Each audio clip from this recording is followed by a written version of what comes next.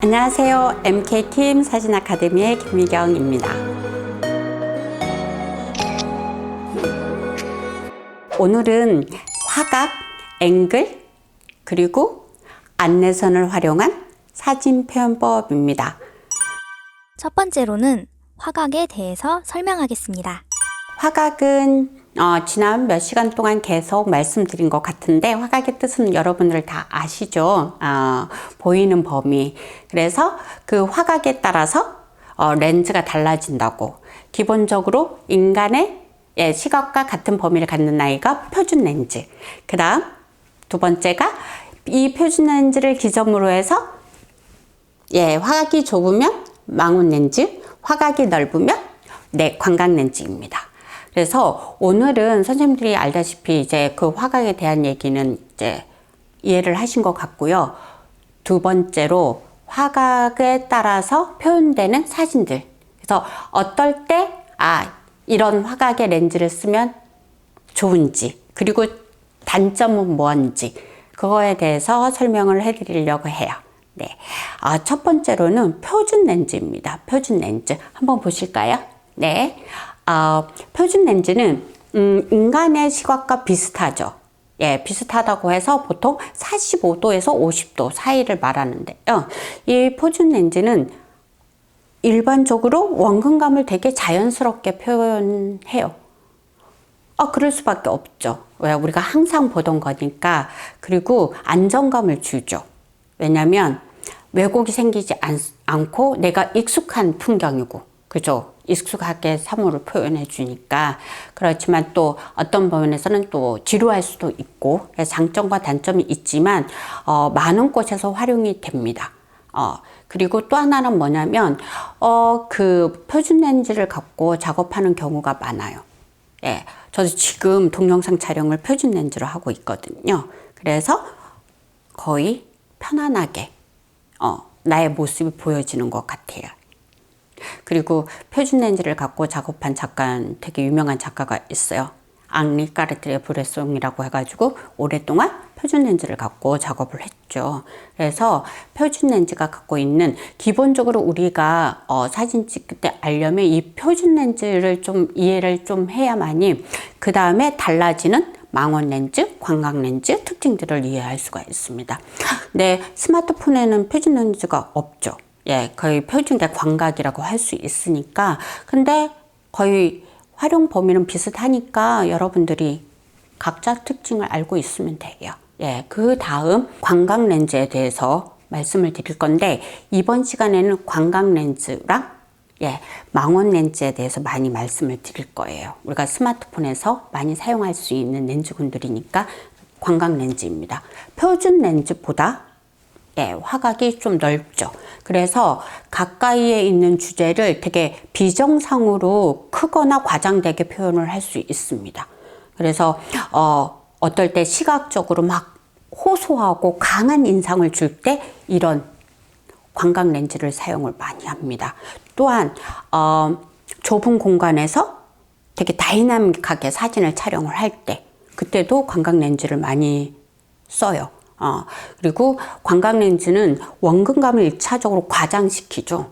그러니까 이제 좁은 공간에서 훨씬 더 유효하게 사용할 수가 있습니다. 반대로 이렇게 넓게 찍잖아요. 그죠? 그러니까 사물들이 작게 보일 수도 있고요. 왜곡이 많이 생길 수도 있어요. 그래서 풍경에서 수평선이 길어지는 왜곡 형상도 보일 수 있고, 풍경이 휘어지는 경우도 있고요. 건물에서도 휘어지는 경우도 있고, 그리고 인물 사진 찍을 때 너무 광각 렌즈를 인물에 가까이 사용하면 너무 코믹하거나 아니면 너무 과장이 돼서 우스꽝스럽게 보일 수도 있기 때문에 목적이 분명할 때 이 광각 렌즈를 사용하면 좋을 듯 합니다. 그러면 사진을 보고 광각 렌즈 활용법을 한번 보실까요? 사진으로. 지금 보여주는 사진은 프레임 속 풍경 담을 때 제가 많이 쓰는 표현법이에요. 그래서 광각 렌즈를 사용하면 좀 더 확장된 공간 표현뿐만 아니라 새로운 시각의 사진을 담을 수 있습니다. 이게 보면 궁궐이라든가 공원 이럴 때 가서 촬영을 해보면 되게 이게 불국사거든요. 보통 절에서 많이 이런 것들을 저희가 사용을 해요. 이렇게 처마라든가 이렇게 있을 때 탑이라든가 이렇게 보여줄 때 조금 그렇게 하면 훨씬 더 깊이감 있게 보여줄 수 있어서 이런 사진을 찍을 때 한번 활용을 해보면 좋을 듯 합니다. 두 번째, 대상이 되게 과장돼 있죠. 돌나라방인데 일반적으로 이 돌나라방이 크기보다 훨씬 더 크게 보이는 거예요. 왜곡돼 가지고. 그리고 멀리 있는 사물은 조금 더 작게 보이죠. 그래서 거리가 더 멀어지게끔 보이는 효과가 있습니다. 자, 그리고 이 풍경은 뭐냐면 되게 많은 거를, 이게 초광각으로 찍은 거거든요. 초광각으로 찍었는데, 되게 넓은 공간처럼 보이잖아요. 그죠? 좁은 공간인데, 그 대신 이 수평선을 좀 잘 맞추셔야 돼요. 수평선이, 그러니까 갈속으로 지금 공간이 어떻게 됐어요? 약간 휘어짐을 보이잖아요. 그게 싫어하시는 분들은, 사용 안 하셔도 됩니다. 그러니까 사람마다 취향이 약간 다르니까 이렇게 하시면 되고요. 그 다음 광각 렌즈를 촬영 시 주의할 점이 있어요. 제가 두 가지의 사진을 보여드리는데요. 하나의 사진은 인물과 너무 가까이 그리고 밑에서 밀어서 촬영을 했거든요. 그랬더니 제가 너무 커 보여요. 커 보이고 그 오른쪽 사진은 적절한 거리에서 촬영을 했어요. 광각 렌즈를 갖고 똑같은 렌즈를 갖고 사용을 했는데 훨씬 더 자연스럽게 보이죠. 그래서 다리는 좀 더 길어 보이고 좀 날씬해 보이네요. 그래서 이 광각 렌즈를 적절한 거리에서 사용을 하셔야 됩니다. 인물 사진 찍을 때는. 그리고 이렇게 보시면 풍경, 다음 사진이 풍경인데요. 풍경이 어떻게 됐어요? 왼쪽, 사이드에 되게 많이 휘어짐이 보이잖아요. 그래서 어떨 때는 이게 다르게 보이는 효과도 있지만 잘못하면 너무 왜곡이 되어 보여서 시각적으로 불편해 보일 때도 있어요. 그러니까 여러분들이 이런 것들을 잘 보시고 사용을 하시면 될 듯 합니다. 그 다음 망원 렌즈입니다. 망원 렌즈. 망원 렌즈는 표준 렌즈보다 초점거리가 긴 렌즈. 초점거리가 긴 렌즈라는 것은 뭐냐면 멀리, 화각은 좁고 멀리 있는 것을 땡길 수 있다는 뜻이에요. 망원 렌즈는 멀리 있는 것을 확대해서 촬영할 수 있는 끌어당김의 효과가 있다고 생각하시면 돼요. 그리고 원근감을 압축시키는 효과가 있고요. 그리고 또 하나 망원 렌즈 특유는 이제 아웃포커스 효과가 있어요. 그래서 우리 스마트폰 배웠죠.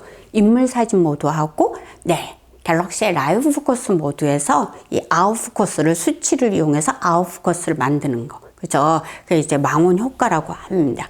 그래서 이 망원 렌즈는 인물 사진이라든가 멀리 있는 사물을 눈앞에 사물이 가까이 보이게끔 촬영을 원할 때 망원 렌즈를 선택을 하면 됩니다.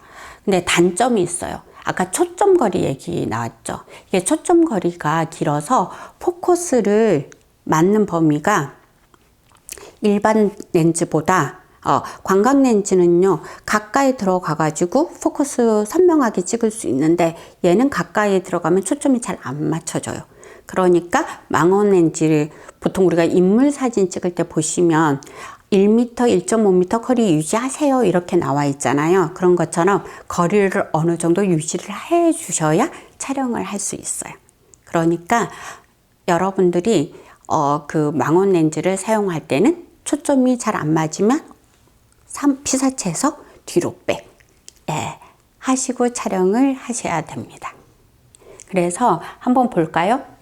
망원 렌즈 효과적인 사용법 사진으로 한번 볼게요.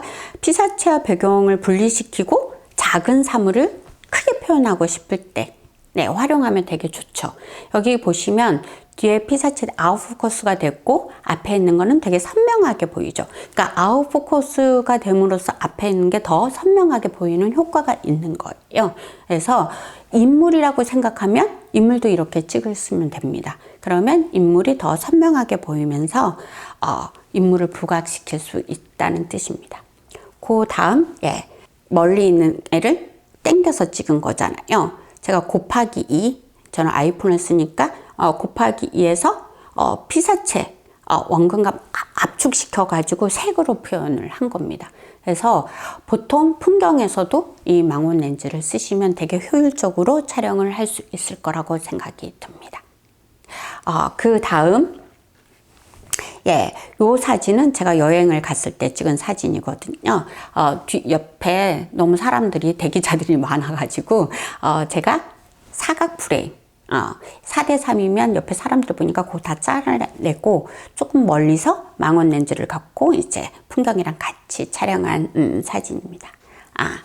자, 그 다음 우리가 망원 렌즈 초점 거리가 길어서 포커스 맞출 때 조금 더 뒤로 물러나야 된다고 했죠. 그래서 촬영 거리가 가까워지면 초점이 맞지 않아요. 그러니까 사진을 찍을 때 그거를 확인해서 찍어요. 초점이 안 맞았어요. 너무 가까이 가가지고 찍어가지고. 자, 그 다음 광각하고 망원의 차이점을 사진으로 보면서 확인하겠습니다.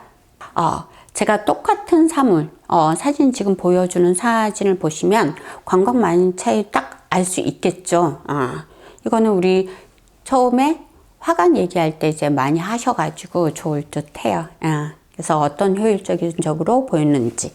그리고 인물 사진 찍을 때도 이렇게 광각으로 찍으면 배경이 되게 많이 보이잖아요. 그래서 망원으로 찍으면 인물의 부각이 되죠.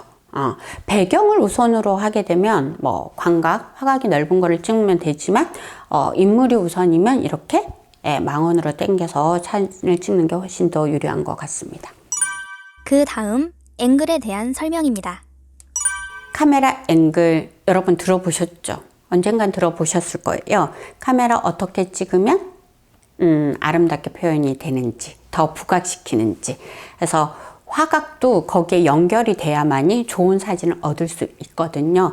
우리가 앵글이라는 거는 뭐냐면 카메라와 피사체 이렇게 향했을 때 각도예요. 그래서 카메라가 이렇게 있고 피사체가 이렇게 있어요. 그러면 이 피사체와 일직선상에 카메라가 있으면 아이 앵글, 얘보다 위쪽으로 있으면 하이 앵글, 밑으로 있으면 로우 앵글입니다.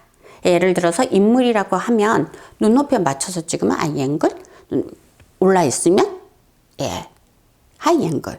그 다음에 허리 밑으로 카메라가 내려와 가지고 인물을 위로 쳐다보게 찍으면 로우 앵글이라고 할 수 있습니다. 그러면 좀 더 자세하게 알아볼까요? 자, 지금 사진을 보여드리는데요. 똑같은 사물을 앵글로 표현을 해봤어요. 봤더니 아이 앵글, 그 다음 로우 앵글, 하이 앵글. 되게 다름을 느낄 수 있죠. 근데 잘못하면 아이 앵글하고 로우 앵글은 비슷비슷하다고 느낄 수도 있어요. 근데 좀 더 과감히 들어가면 차이가 되게 많이 납니다. 우리가 보통 증명사진 찍는 거 있죠. 걔는 아이 앵글이에요. 그리고 우리가 풀 사진 찍어서 여행 가서 다리까지 다 풀, 인물 사진 찍을 때 다리 길어 보이게 찍는 그게 로우 앵글입니다. 네, 맞습니다. 그래서 아이 앵글은 카메라 눈높이를 맞춰서 찍으니까 항상 인간의 시각이랑 비슷하겠죠. 그러니까 내 눈높이의 사물들을 보는 거야, 내가.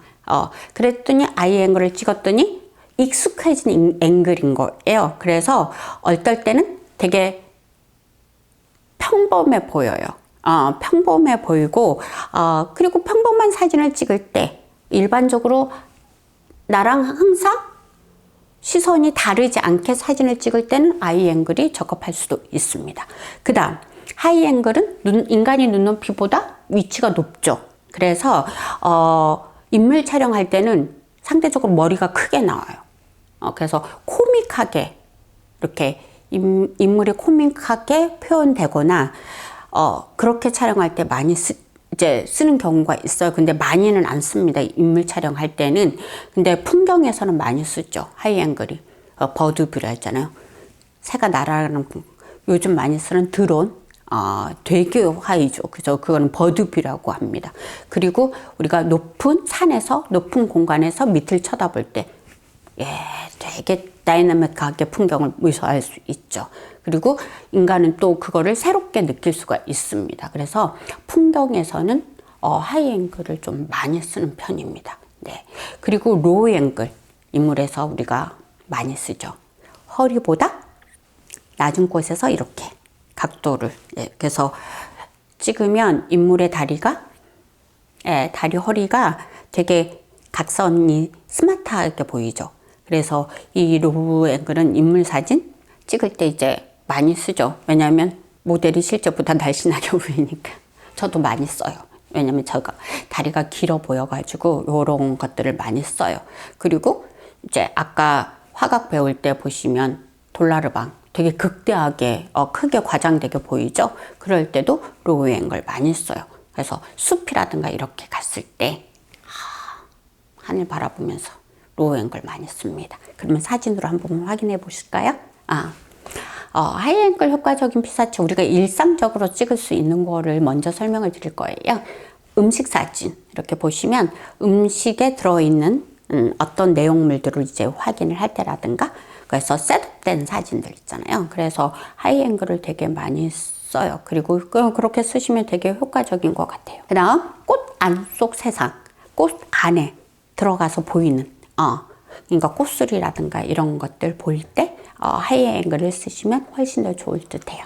그 다음 사진은 제가 여행을 갔을 때, 해운대 여행을 갔을 때 위에 그래서 호텔에서 해운대 바닷가를 바라보는 풍경이에요. 이렇게 다르게 보이죠?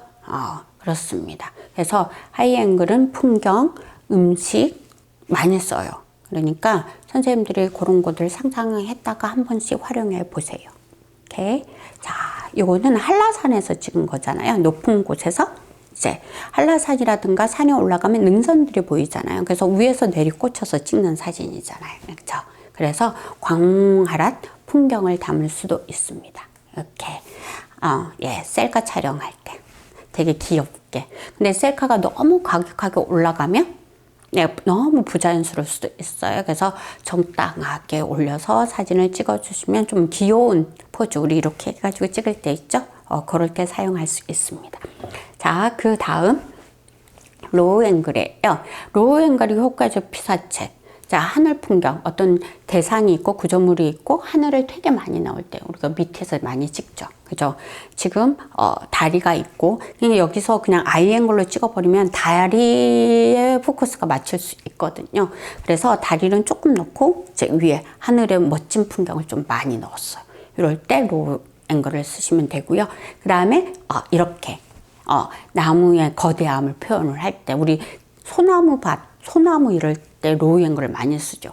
그래서 밑에는 되게 단단하게 크게 보이면서 갈수록 더 길어 보이는 그런 효과가 있어서 웅장함을 표현할 때 진짜 많이 씁니다. 인물 촬영 시 로우 앵글은 다리를 길어 보이게 하는 효과가 있고요. 클로즈업 촬영 시에도 좀 더 다른 모습을 보일 수 있어요. 그 대신 클로즈업에 자기 셀카를 찍을 때는 내가 이쁜 턱 부분에서 카메라 앵글 보시면 됩니다. 이렇게 그래야 날씬하게 나와요. 오케이. 그 다음 아이 앵글 되게 노멀하죠. 그래서 안정적이에요. 저는 가끔 풍경은 아이 앵글로 많이 촬영을 하거든요. 전 안정적인 게 되게 좋거든요. 그리고 근데 제가 익숙한 공간에서 보여주는 것들을 자연스럽게 담을 수 있더라고요. 그래서 저는 모든 작업이 거의 대부분이 아이 앵글로 이루어집니다. 작업할 때는. 제가 작업하는 모습을 가끔 셀카로 작업을 찍는데요. 얘도 아이 앵글입니다. 그래서 셀카를 이렇게 잡고 눈이랑 카메라 렌즈의 높이를 맞추고 촬영을 합니다. 이렇게. 자, 그러면 앵글에 따른 다르게 표현되는 사진 한번 볼까요? 오케이. 클로즈업 사진이에요. 하이 앵글, 아이 앵글. 뭐의 차이점이 이제는 보이시죠? 네. 그 다음, 인물에서, 렌즈는요, 망원 렌즈를 사용했고요. 우리, 아이폰은 곱하기 2. 그러니까 선생님들 갤럭시 가지고 계신 분들은, 나무 하나. 그래서 로우 앵글, 아이 앵글, 하이 앵글 차이점. 보면 로우 앵글이 제일 날씬하게 보이죠. 그 다음 하이 앵글은 되게 어깨가 그리고 다리는 짧아 보이고 상대적으로, 그러니까 로우 앵글과 하이 앵글이 반대라고 생각하시면 될 것 같아요. 구도에 대해 설명하겠습니다. 구도의 본질은 짜임새예요. 짜임새. 그러니까 화면에 짜임새 그 사진에 성패가 갈려 있죠. 우리가 화각, 앵글은 다 알아. 그런데도 맞춰서 찍었는데도 사진은 뭐가 부족해. 그거는 구도에 문제가 있는 거죠. 그래서 잘 짜여져 있는 이 짜임새는 전체와 밸런스를 맞춰요. 조화가 이루어져서 되게 안정적으로 보이고 그 안정적임에 힘이 실려서 사진이 매력적으로 보이는 거거든요. 그래서 우선적으로 우리가 처음에 할 거는 안내선입니다. 안내선. 안내선을 활용해서 기본적으로 아주 기초적인 것들을 배우실 거예요. 안내선 처음 시간에 키는 거 배우셨죠? 네, 안내선을 키시고요. 이제 그 안내선은 기본적으로는 수평 수직을 맞춰주고요. 두 번째로는 이제 그 안내선이 만나는 점, 꼭지점을 이용을 해서 구도를 넣을 수 있어요. 피사체 위치를 선정을 할 수 있어요. 그 꼭지점을 이용해서 피사체 위치를 선정한다면 그 불안정한 것들을 기본적으로 잡을 수가 있습니다. 한번 볼까요? 자, 안내선 사진을 보면 왼쪽 사진은 사진 기울어 있죠. 수평선이. 그죠? 그리고 오른쪽 사진은 수평선이 일직선상에 있죠. 그 안내선을요, 수평에 맞춰 보시는 겁니다. 예, 그래서 수평이 일직선으로. 그러니까 안내선 선이 있죠. 수평에 딱 맞추시면 일직선이 떨어지면 그때 촬영을 하시면 돼요. 그러면 일단은 수평선이 기울어지지 않기 때문에 1차적으로 안전한 사진을 촬영을 할 수가 있습니다. 자, 그 다음에 구도예요. 아까 꼭지점을 이용을 하시라고 그랬잖아요. 이제 선이 이렇게 있는 부분 하나는 왼쪽에 있는 중앙 구도. 되게 답답하죠. 그죠? 가장 중요한 거는요. 우리가 여기에서 여백의 비율을 선택할 때는요. 시선의 방향, 움직이는 곳의 방향. 그 방향에 여백을 많이 주시면 돼요.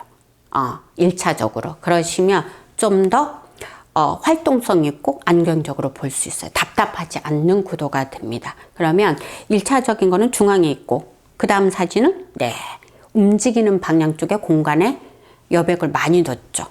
그러니까 저 사람이 저렇게 걸어가고 왔구나. 게스도 할 수 있고 되게 시원함을 느낄 수 있죠. 그 다음 보실게요. 여기도 보시면 방향, 시선이 바라보는 방향에 여유가 주죠. 그 다음 이거는 걸어오는 방향에 여백을 줍니다. 걸어오는 방향에 여백을 주시고요. 세 번째 사진 보세요. 하늘 부분이 많은. 이때 좀 주의할 건 뭐냐면 많은 분들이 질문을 해요. 어느 곳에다가 비율을 많이 줄지. 그거는 뭐냐면 여러분들이 감동을 받은 나는 하늘이 너무 이쁜 거야. 그러면 하늘을 많이 주는 거예요. 아니면 나는 바다가 너무 아름다워서 사진을 찍어야 되겠어. 그러면 바다에 많이 주시면 됩니다. 저 질문 있어요. 그런데 3분할 구도를 꼭 지켜야 하나요? 안 하셔도 돼요. 근데 이 3분할 구도를 지키는 이유는 뭐냐면 우리가 기초적인 게 약하잖아요. 기초를 먼저 하고 기초 공사를 한 다음에 그거를 다양한 포지션에서 자유롭게 사용하게끔 해주는 거예요. 기본적으로 제가 구도에 대한 것들을 감을 익힌 다음에 어떨 때는 그거를 벗어나는, 과감하게 벗어나서 사용할 수 있게끔 도와주는 거예요. 그러니까 예를 들면 이런 거예요. 하늘이 너무 아름다워. 그런데 바다는 그냥 쏘쏘. 없으면 안 돼. 근데 하늘만 찍으면 하늘이 어느 하늘인지 잘 모르잖아요. 그럴 때 거기 공간에 있는 바다랑 같이 넣어주면 공간의 얘기가 더 부각이 되는 겁니다. 그럴 때는 과감하게 바다를 4분의 1만 넣고 4분의 3은 하늘을 넣어주시면 훨씬 더 좋을 수도 있어요. 그래서 여러분들이 이 세 개가 하나가 됐을 때 화각, 앵글, 구도 요게 하나가 됐을 때 좋은 사진을 얻을 수 있는 겁니다. 점점 더 어려워지는 것 같아요.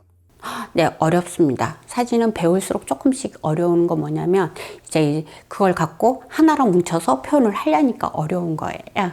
그렇지만 제가 테마별 사진 찍기를 할 때는 이런 것들을 종합적으로 구체적으로 되게 설명을 해드릴 거거든요. 그러니까 오늘 한 번 더 보시고, 그리고 이제 내 카메라 안내선, 그 다음에 앵글 구성, 그 다음에 카메라가 어떤 거 있는지 한번 확인해 보시면 되게 좋을 듯 해요.